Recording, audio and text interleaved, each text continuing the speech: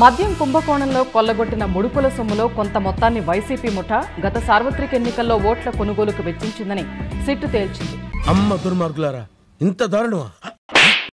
YCP నేత చెవిరెడ్డి భాస్కర్ రెడ్డి ఈ సొత్తును ఆ పార్టీ అభ్యర్థులకు చేరవేసినట్లు తాజాగా దాఖలు చేసిన అభియోగ పత్రంలో స్పష్టం చేసింది.